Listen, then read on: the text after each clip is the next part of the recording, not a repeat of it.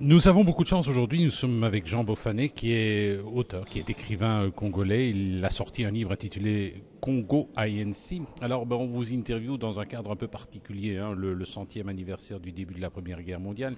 Mais il y a d'autres anniversaires. Je dirais le 20e anniversaire du génocide rwandais. 15 années de guerre aussi au Congo. Et puis aussi un autre anniversaire qui est triste, 1884, la conférence de Berlin qui a fait du Congo ce qu'il est peut-être de nos jours. Alors votre livre qui est paru chez Actes Sud évoque justement Bismarck et la conférence de Berlin. Pourquoi ce livre Congo INC? Mais voilà, moi je voulais réfléchir un peu sur le Congo. Et Congo INC, parce que je me dis le Congo n'est pas vraiment un pays, c'est la première réserve mondiale des matières premières. C'est comme ça que moi je le perçois. Parce qu'il semble, bon, il y a un autre anniversaire, c'est le mien hier. Ah, bah, d'accord.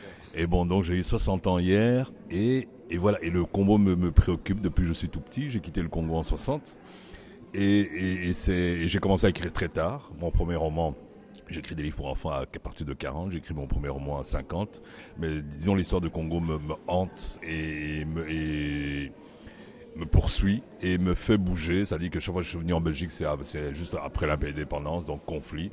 Juste après la première rébellion, la rébellion de 64, donc conflit. Juste après les deuxièmes pillages de Kinshasa, donc conflit. Donc voilà, le Congo m'obsède. Le Congo m'obsède, et quand vous évoquez le Rwanda par exemple, ça dit qu'on doit voir un peu l'Afrique, je crois, on doit le voir de façon plutôt globale. C'est-à-dire que vous évoquez le Rwanda, on évoque le Congo, mais voilà, tout ça est lié. Est-ce qu'on ne devrait pas finalement intituler ça Afrique INC? Mais je crois que oui. Le Congo joue un rôle très très important, mais vers justement la clôture de la conférence de Berlin, on ressent bien que les enjeux c'était le bassin du Congo et le bassin du Niger. Mais c'est le bassin du Congo qui a pris beaucoup plus d'importance à cause de sa richesse. Et voilà, mais je crois que c'est l'Afrique. Il y a un combat global. Et aujourd'hui, quand on regarde aussi ce qui se passe ici, la fin du roman de Congo Incorporated, ça termine par Kinshasa, laboratoire du futur. Et je crois qu'on doit regarder l'Afrique un peu plus de plus près. Parce que regardez ce qui nous arrive aujourd'hui en Europe. Regardez un peu les systèmes économiques qui sont en train de nous asservir. Je parle d'asservissement. Je pèse mes mots, mais je parle d'asservissement. Les systèmes économiques dans lesquels on est confronté actuellement. On a eu la chute des banques. On voit aujourd'hui des choses qui sont très étranges, très inquiétantes pour la Belgique. Et je crois qu'il faut de temps en temps peut-être regarder le Congo pour comprendre, ou regarder l'Afrique pour comprendre ce qui peut se passer ici, ou ce qui peut se passer ici dans le futur. Nous sommes avec Jean Bofané, auteur congolais bien connu. Il a sorti un livre chez Actes Sud, Congo INC. Alors justement, ce Congo, il souffre beaucoup. On a l'impression de l'extérieur qu'il est en guerre en permanence. Oui, mais voilà. Il est en guerre, on a l'impression, mais ça c'est une image. Pourquoi est-ce que moi j'ai commencé à écrire? Je suis devenu romancier justement pour rétablir une image. J'ai commencé à écrire après le génocide. Après le génocide, pendant le génocide, on a parlé de Hutus, de Tutsis. Et quand la guerre du Congo a commencé en 96, on a parlé de Nilotiques, de Bantous qui se font la guerre. Les Rwandais seraient les Tutsis seraient Nilotiques, nous on serait Bantous. Mais Bantou, en réfléchissant un peu, Bantou ça veut dire être humain. Mutu, c'est un être humain. Donc voilà. Voilà, donc ça dit qu'il y a des choses qui nous ont été plaquées. Moi, je suis bantou. On dit que je suis bantou, mais bon, c'est pas moi qui ai déclaré que j'étais bantou, mais bon, je suis un être humain, tout simplement. Donc voilà, il y a des choses qui sont fausses.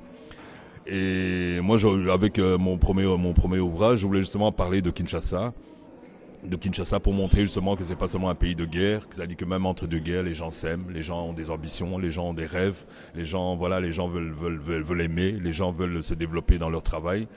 Et c'est pour le monde entier la même chose.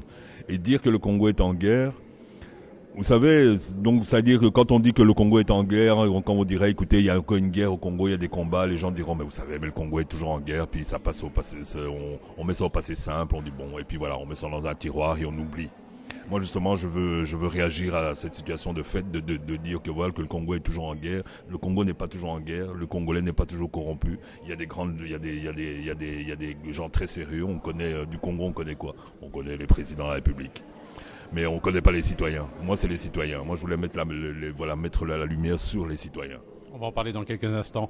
Nous sommes avec Jean Bofana, auteur du livre Congo INC, paru aux éditions Actes Sud. Alors justement, le pitch de ce roman, c'est un regard sur le Congo par le prisme du citoyen. Le prisme d'un citoyen, un citoyen en l'occurrence qui est un jeune pygmée qui s'appelle Issou Kanga, qui habite la forêt. Et il n'aime pas la forêt. Pour lui, la forêt, c'est ringard, les arbres à perte de vue, ça l'intéresse vraiment pas. Il est tombé sur un ordinateur portable. Et un peu d'humour, là. oui, mais je crois qu'il faut. L'humour fait partie de la vie, fait partie intégrante de la vie. Donc moi, j'essaie toujours de passer justement par l'humour, justement pour ne pas dire que le Congo est toujours en guerre. Donc voilà, passer par l'humour, parce que l'humour est là. Ça, les Congolais, il y a beaucoup de souffrance au Congo, mais ça n'empêche pas les Congolais de rire et de sourire. Donc ce personnage, il trouve un ordinateur portable. Bon, donc du coup, il veut aller à Kinshasa pour faire de la mondialisation, comme il dit. Donc voilà, et puis il rencontre des gens. Ça, c'est un peu le pitch. Et voilà, mais c'est aussi pour montrer, et tous les personnages font aussi partie du microcosme congolais.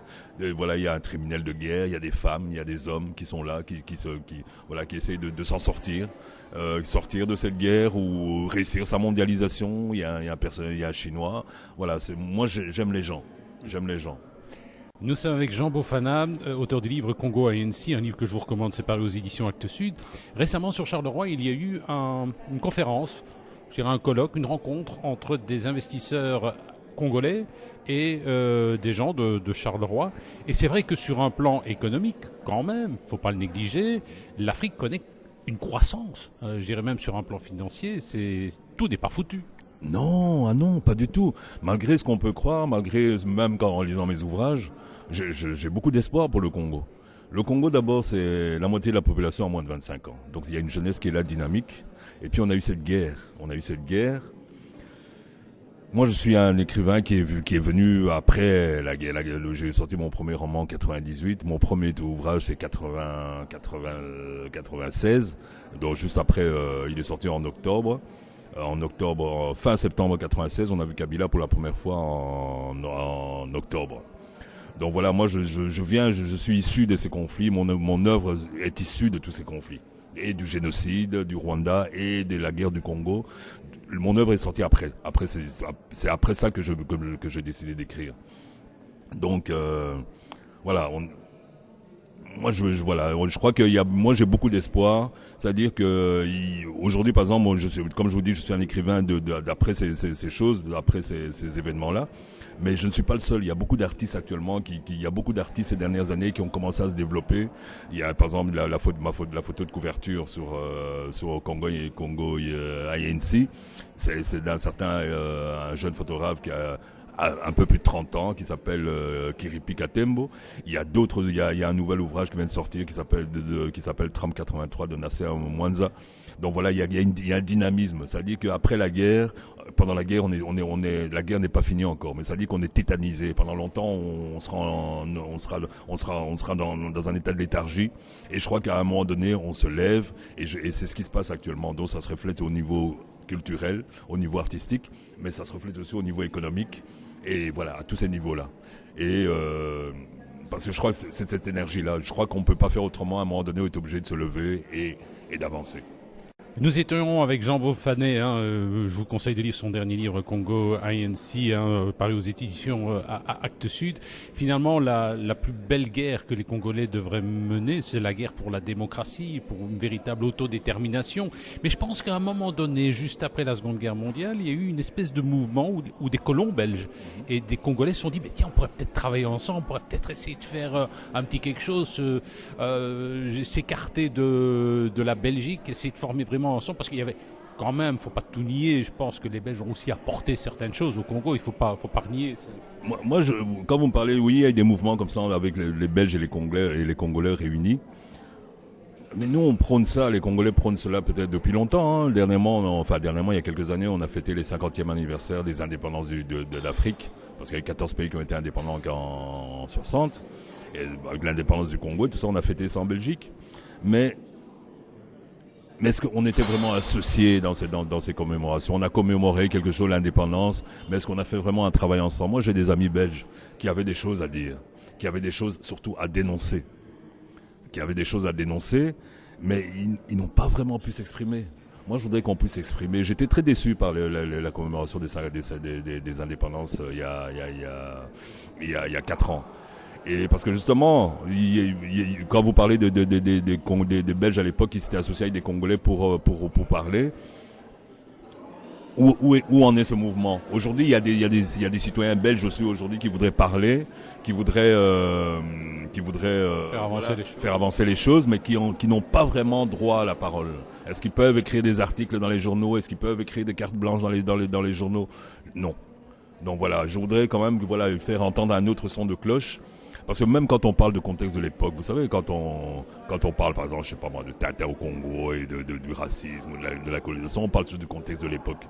Mais il faut pas oublier qu'à toutes les époques, même ces époques où c'était obscur, des époques comme l'esclavage, des époques comme la colonisation, il y a toujours eu en Europe des anti-esclavagistes, il y a toujours eu des anti-colonialistes. Alors moi, me parler du contexte de l'époque, je refuse.